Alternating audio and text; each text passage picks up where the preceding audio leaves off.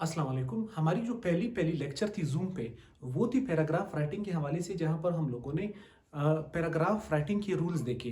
Paragraph writing के rules हम लोगों ने इस वजह से देखे कि जो भी पर्सनल स्टेटमेंट आपने लिखनी है या आपने ऐसे लिखनी है, वहाँ पर दोनों में पैराग्राफ राइटिंग के रूल्स सेम है। ठीक है, लेकिन उसके बाद हमें जो ग्रुप में आपने फीडबैक भेजा हुआ है बहुत सारे स्टूडेंट ने पैराग्राफ राइटिंग या पर्सनल स्टेटमेंट राइटिंग में कॉमन मिस्टेक्स किए हुए हैं और रिपीट किए हुए हैं। उन मिस्टेक्स को अवॉइड करने के लिए ये वीडियो हमने आपके लिए बनाई हुई है। जब आप इसको देखेंगे, इंशाल्लाह आपके जो मिस्टेक्स थे उनको आप इम्प्रूव कर लेंगे। कॉमन मिस्टेक्स क्या थे हमारे या आपके पर्सनल स्टेटमेंट या पैराग्राफ राइटिंग में? ठीक है। अच्छा, द वेरी फर्स्ट थिंग जो आपने माइंड में रखनी है एक पैराग्राफ को लिखते हुए, वो है यूज सिंपल सेंटेंस और कंपाउंड सेंटेंस। जब भी आप लिखते हैं पैराग्राफ, चाहे वो उर्दू का है चाहे वो इंग्लिश का है, कोशिश करें आप सिंपल या कंपाउंड सेंटेंस यूज करें। कम्प्लेक्स और कंपाउंड कम्प्लेक्स सेंटेंसेस की तरफ ना जाए।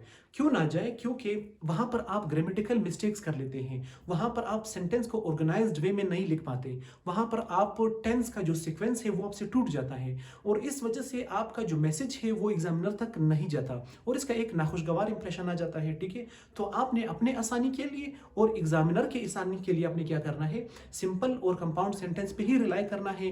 मजीद उसमें लेंथी सेंटेंसेस जो है वो ऐड करने की कोई कोशिश नहीं करनी है आपने। ठीक है, जितना हो सके सिंपल रहे और कंसाइज रहे। अच्छा, उसके बाद है कैपिटलाइज्ड व्हेन नेसेसरी। बहुत सारे स्टूडेंट हैं जो अपने सेंटेंस की शुरुआत उन्होंने ली हुई है। इस फीडबैक में हमें पता चला, यहाँ पर हम लोगों ने एक चीज डायग्नोज किया कि स्टूडेंट वो पहले लफ्ज के पहले लेटर को कैपिटल कर ही नहीं रहा। ठीक है, तो जितने भी अल्फाज हैं या जहां पर आपकी सेंटेंस खत्म हो चुकी है, एक नए सेंटेंस की शुरुआत आप ले रहे हैं, वहां पर पहले वर्ड को कैपिटलाइज कर ले। सबसे मेरे ख्याल से बेसिक रूल ये है कि आप प्रॉपर नाउन को और जहां पर आप नया सेंटेंस शुरू कर रहे हैं वहां पर आप अपने लेटर को कैपिटलाइज कर दे।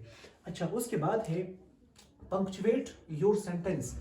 अगर आपकी सेंटेंस कहीं पे खत्म हो रही है या कहीं पर कॉमे की जरूरत आ चुकी है, वहां पर फुल स्टॉप या कॉमा लगा ले।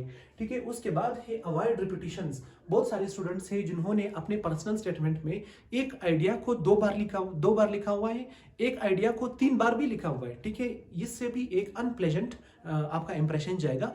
तो कोशिश करें एक आइडिया जब आपने लिख ली एंड दैट्स इनफ। ठीक है, उसके बाद प्रोसीड टुवर्ड न्यू आइडिया। ठीक है।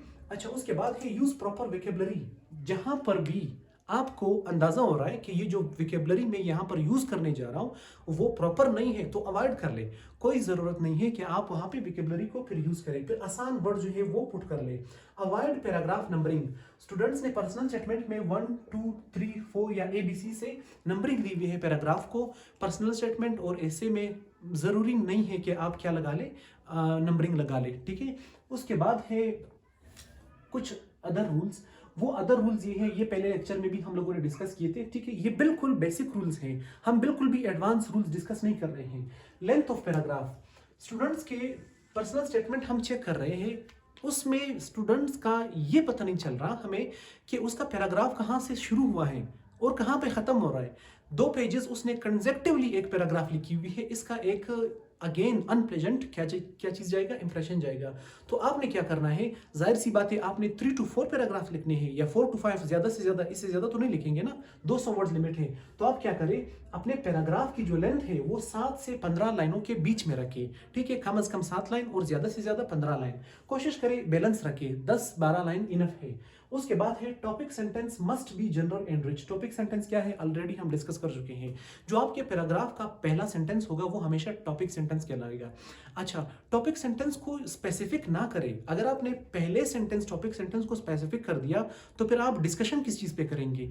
अपने टॉपिक सेंटेंस को जनरल और ब्रॉडर रखें। जिस तरह मैं एक मिसाल देता हूं, आप लोगों ने जो सोशल मीडिया पे एक पर्सनल स्टेटमेंट या पैराग्राफ लिखी हुई है, बहुत सारे स्टूडेंट्स ने डायरेक्टली फेसबुक का नाम लिया हुआ है टॉपिक ही सेंटेंस में। तो ये आपने चीजों को स्पेसिफिक कर दिया। आप मीडिया में ये बोल सकते हैं कि ये एक इंपॉर्टेंट कम्युनिकेशन टूल है, इसमें प्रिंट मीडिया, इलेक्ट्रॉनिक में फिर ये फोरम्स, ये चैनल्स आते हैं। तो ये अपने टॉपिक सेंटेंस को ब्रॉडर रखिए ताकि उसमें बहुत सारे डेरिवेटिव्स एक एट अ टाइम आ सके। उसके बाद है यूज कंजंक्शंस एंड कनेक्टर्स। ये चीज़ बहुत सारे स्टूडेंट्स ने मिस की हुई है। जब आप एक सेंटेंस को दूसरे के साथ मिलाते हैं थ्रू कंपाउंड सेंटेंस, वहां पर कंजंक्शंस का होना जरूरी है। बहुत सारे स्टूडेंट्स इस चीज को अवॉइड कर रहे हैं। इंडेंटेशन, ये चीज भी सबसे बेसिक रूल में आएगा पैराग्राफ के। इंडेंटेशन क्या चीज है? इंडेंटेशन ये चीज है, ये है आपके पास एक वाइट पेज, ठीक है, ये है आपके पास एक वाइट पेज। अब आप पैराग्राफ की शुरुआत ले रहे हैं, ठीक है। स्टूडेंट्स क्या करते हैं, ये मार्जिन लाइन है, ये मार्जिन लाइन है। स्टूडेंट जब शुरुआत लेते हैं वो बिल्कुल मार्जिन लाइन से ही शुरुआत ले लेते हैं, नहीं, ये रूल नहीं है। इंडेंटेशन का मकसद ये है, जब आप पैराग्राफ की शुरुआत ले रहे हैं तो 5 लेटर्स की क्या छोड़ दे, यहाँ पे स्पेस छोड़ दे, उसके बाद अपनी क्या कर ले, पैराग्राफ शुरू कर ले। फिर नेक्स्ट जो लाइन होगा फिर वो मार्जिन लाइन से स्टार्ट होगा, ये देख ले, ये आपकी पैराग्राफ, ठीक है। तो इंडेंटेशन का मकसद क्या हुआ या मतलब क्या हुआ? इसका मतलब ये है कि आपने जब न्यू पैराग्राफ की स्टार्ट लेनी है या पैराग्राफ आप कंटिन्यू करने जा रहे हैं या स्टार्ट करने जा रहे हैं, तो 5 लेटर्स की क्या छोड़ देनी है आपने, यहाँ पे एक छोटी सी स्पेस छोड़ देनी है ताकि पता चल जाए कि यहाँ से न्यू पैराग्राफ स्टार्ट हो रहा है। और जब आपने यहाँ पर एक पैराग्राफ खत्म कर लिया, अब दूसरा पैराग्राफ लिखने जा रहे हैं, अगेन आपने क्या करना है, अगेन आपने फिर इंडेंटेशन का रूल अप्लाई करना है, फिर स्पेसिंग दे के फिर नई पैराग्राफ स्टार्ट कर लेनी है, ठीक है। इससे ये पता चल जाता है कि यहाँ पर एक आइडिया, ये दूसरी आइडिया, ये तीसरी आइडिया। अच्छा, मोस्ट इंपॉर्टेंटली बहुत सारे स्टूडेंट्स ने मेंशन किया ही नहीं है कि इनका पैराग्राफ या उनका पर्सनल स्टेटमेंट कितने अल्फाज का बन रहा है, ठीक है। वर्ड लिमिट आपको पर्सनल स्टेटमेंट का 200 है, तो आपको वहां पर फिर पर्सनल स्टेटमेंट के एंड में स्पेसिफाई करना होगा total words this, total words 190, total word 210, ये आप लिख सकते हैं और लिखना भी चाहिए। तो बहुत सारे स्टूडेंट्स अवॉइड कर रहे हैं क्योंकि वो समझते हैं कि एक एक लफ्ज को काउंट करना होगा मुझे, नहीं, आपने टोटल वर्ड्स को काउंट नहीं करना होगा। आपने क्या करना होगा, देखिए ये है मेरा एक पैराग्राफ, ठीक है। अब मैं काउंट करने जा रहा हूं कि मेरे इस पैराग्राफ में कितने अल्फाज आ रहे हैं, ये मैं काउंट करने जा रहा हूं। ये मैं इस तरह से काउंट करूंगा। सबसे लेंथी लेंथ कौन सी वाली है, सेकंड लेंथ। इसमें सपोज मेरे आ रहे हैं 1 2 3 4 5 6 अल्फाज आ रहे हैं ना, 6 अल्फाज आ रहे हैं। अच्छा, अब मैंने 6 लफ्जों को टोटल लाइंस के साथ मल्टीप्लाई करना है।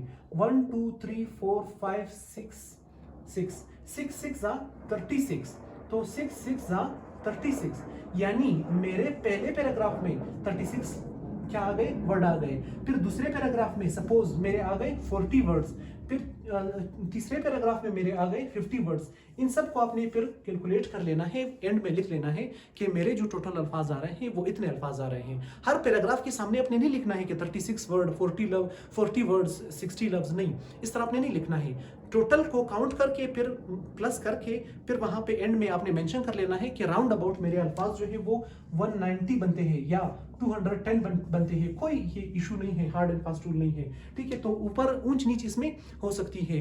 तो वर्ड्स को काउंट करने के लिए ये सिंपल सा फार्मूला है। ये फार्मूला ये है कि एक सेंटेंस के जो टोटल अल्फाज है उसको टोटल सेंटेंसेस के साथ आप क्या कर लो, उसके साथ मल्टीप्लाई करो, जो आंसर आएगा वो आपके टोटल लफ्ज बन जाएंगे। ठीक हो गए जी। इस वीडियो को देखकर अगेन आप पैराग्राफ के रूल्स को सामने रख के एक और स्टेटमेंट, पर्सनल स्टेटमेंट या पैराग्राफ व्हाटएवर आप लिखना चाहते हैं लिख ले और हमारे व्हाट्सएप ग्रुप में फिर से सेंड कर दिए, फिर हम इवेलुएट कर देंगे और उस पर हम आपको रिमार्क्स या फीडबैक दे देंगे। Thank you so much.